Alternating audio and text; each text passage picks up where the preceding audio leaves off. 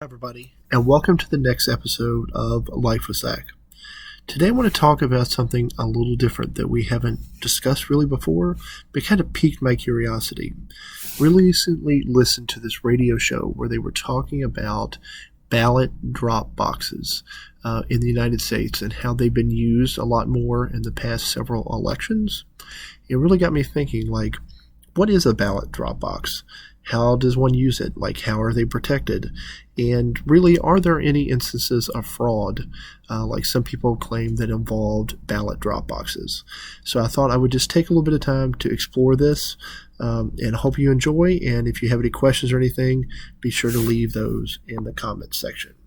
So what is a ballot drop box? So I guess a temporary or a technical definition, it's a temporary or permanently mounted seal container with a narrow slot that's really only designed to be sufficient to accept a paper ballot in an election, but it also prevents anyone from accessing the votes once they've been cast, unless you are an election official.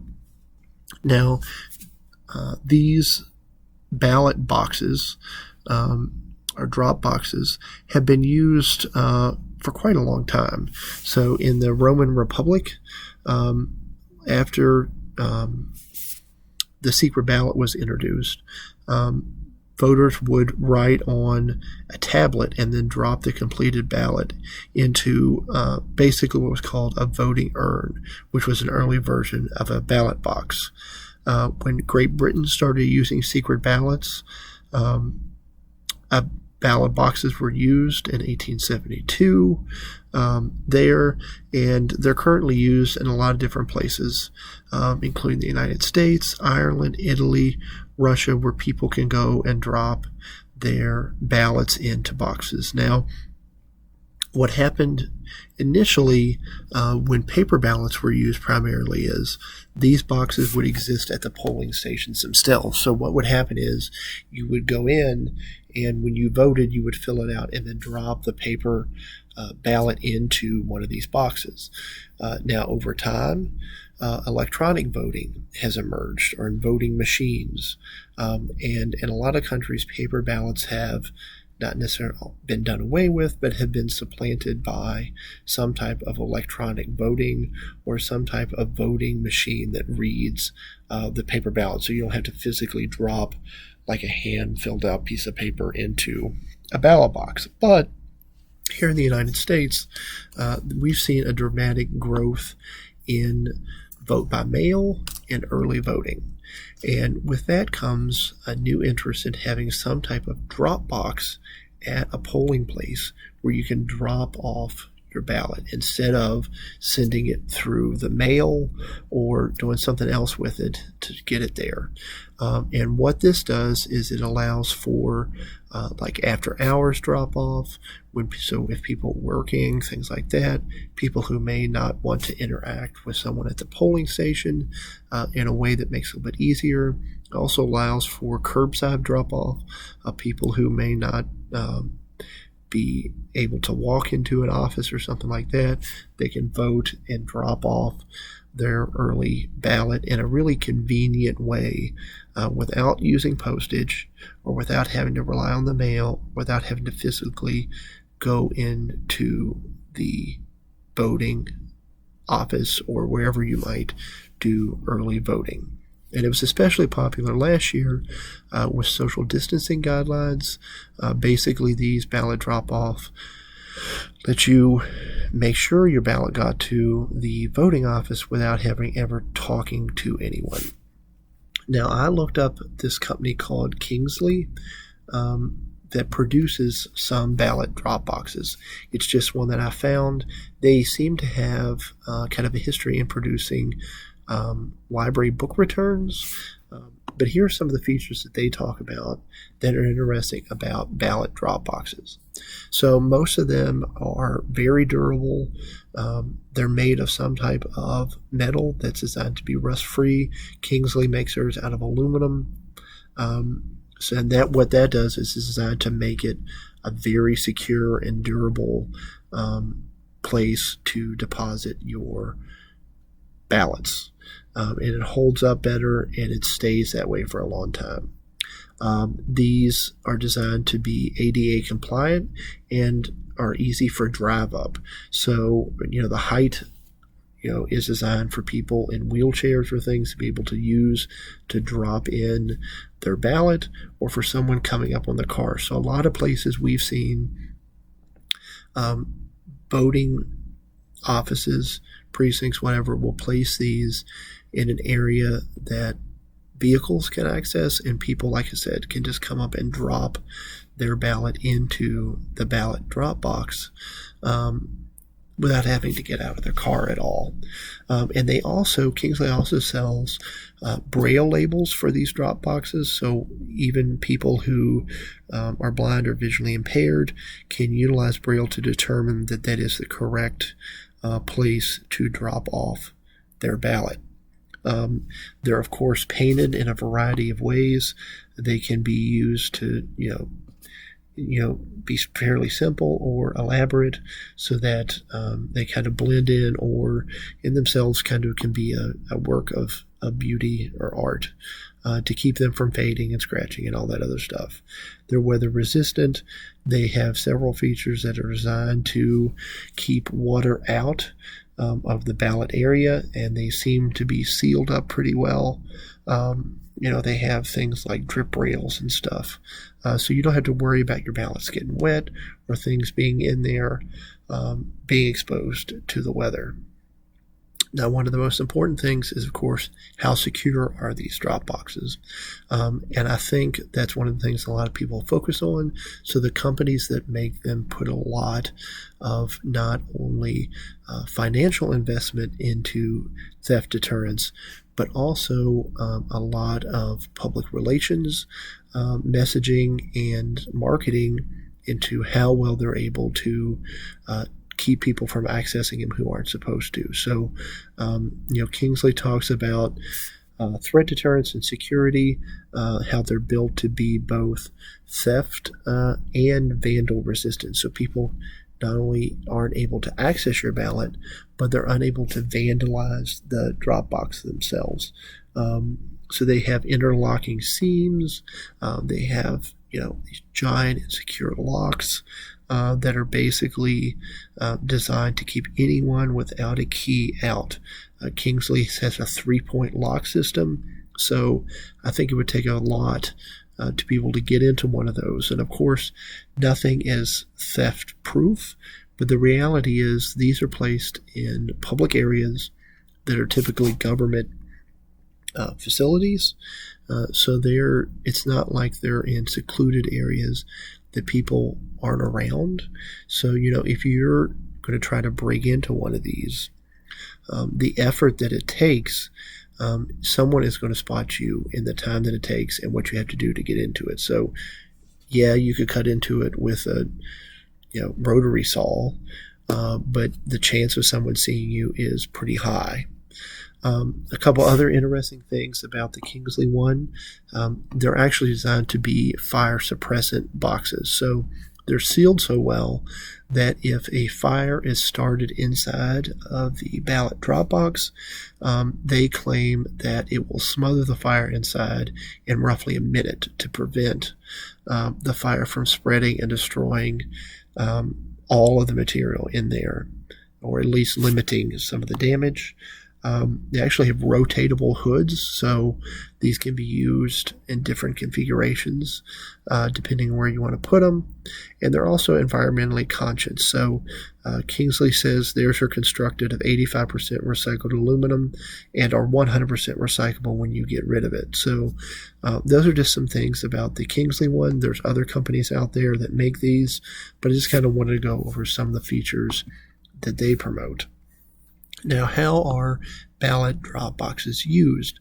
So we've talked about this a little bit, but basically they're placed, these unstaffed drop boxes are placed in permanently anchored spots in voting precincts, depending on how the person who's in charge of that precinct or that voting area wants to use them. and they're public places that you can get to, and decide that you can put your ballot in there even when the office is closed or if you don't want to go inside. Now, sometimes they're temporary. They're used at, I've heard of them used at places like malls or like temporary pop-up drive-through voting sites, stuff like that. Or what's used in most places and what's used in my area is at our voter registrar's office, where you go to actually vote early if you want, or absentee. There's a drop box there, so you can actually put it in without having to go inside. That's the only place that they're located at, but a lot of other localities are putting them throughout the area, and that can be very beneficial in some larger areas where you may have one central voting precinct or one central voting office where if you wanted to take your ballot in person, you have to go there, but it's maybe a huge county or huge municipality that takes a long time to get across. They'll set up these remote places where they can be dropped off, so you don't have to travel all the way there, and then the person from the voting office comes and picks them up. A couple other things that I found interesting is these are really beneficial for people who maybe wait to the last minute to vote, because if you're waiting to the last minute to vote absentee, you don't want to rely on the post office to get it there by the date that it's required. So you can just drop these off at these ballot drop boxes, and that way your absentee vote, your insurers counted because it's already inside that thing, and they check it at the time that the voting closes. So you're sure that if you've gotten it in by then, you have it in this box, then you're good to go.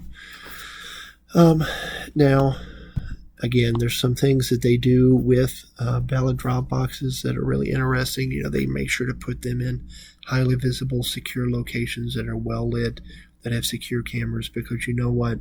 Voting security is incredibly important, and I commend all of our voting officials who put a lot of effort into that and who put a lot of thought into how they can keep our voting process safe.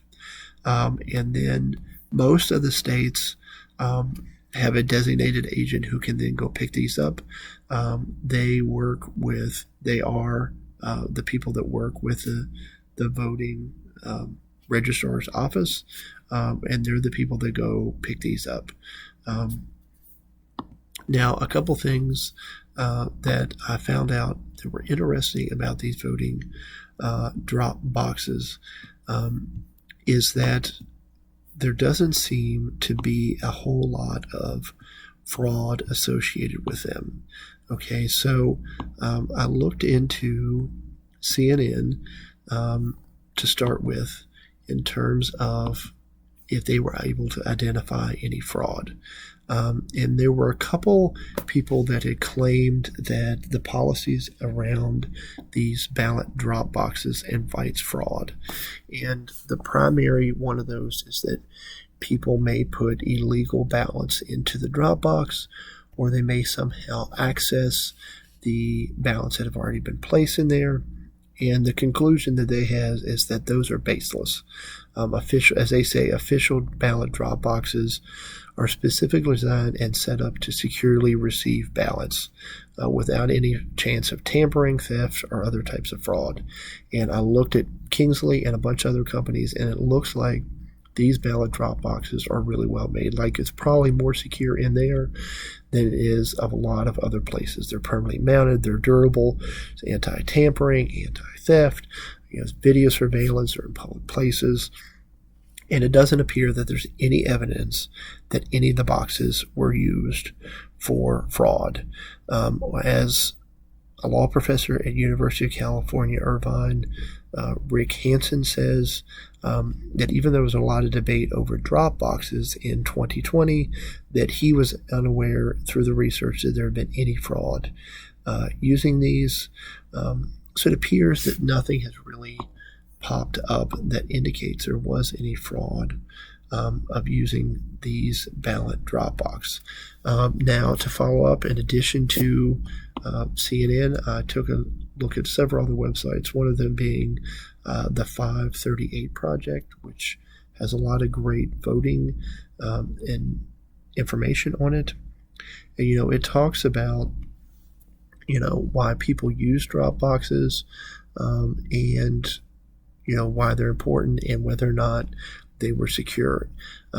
They talk about the fact that almost every state, except for Mississippi, Missouri, and Tennessee right now, let you drop off your ballots in some place, in some way, typically to the local election office, but also some places let you put them at the polling places themselves. So, if you don't want to actually go inside of the polling place, you can bring them along there and just drop off your early ballot in the drop box.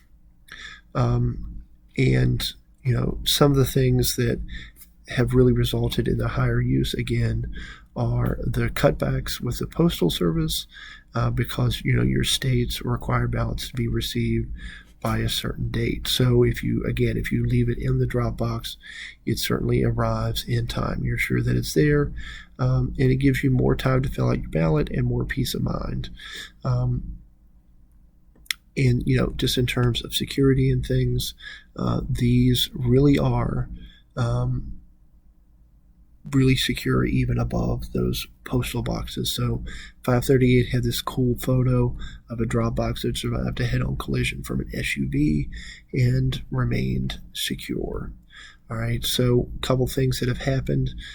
Donald Trump and the Republican National Committee sued Pennsylvania over the use of drop box, but that argument was rejected, and it remained an option for the Pennsylvania voters. The claim was they weren't properly monitored, but the Pennsylvania Supreme Court rejected that argument and found that they were. Another controversy has come up over how many drop boxes a place is allowed to have. In Ohio, the Republican Secretary of State said they could only have one in each county. In contrast, some places, Colorado requires one in each county for up to 30,000, per 30,000 people. Washington's 15,000 voters. But in Ohio, he said there's only one in the county. Something similar is happening in Texas, where they said there was only one, you only have one drop box. But again, it seems like there's zero fraud that had been associated with these drop boxes. They are very secure and a great place to make sure that your ballots are getting in a safe way on time when you need them, and that you don't have to worry about them after they've been dropped off if you don't want to go physically vote in person. And it looks like they've gained a lot of popularity in the fact that in 2016 in the state of Washington, 57% of ballots were cast using a drop box. So that's really been expanded, and I think we're only going to see more of it. So I want to thank, 538, CNN, Kensington, and all the other resources that I took a look at to better understand drop boxes, whether there was fraud involving the drop boxes, and how well they work and how they're designed to work and where we should look for them in the future. I hope you enjoyed this video talking about these ballot drop boxes. If you have, hit like. I'd love to hear what you have to say in the comments section. And as always, hit the subscribe button for other new videos coming out about all the things that we discuss on this channel. I hope you have a wonderful day.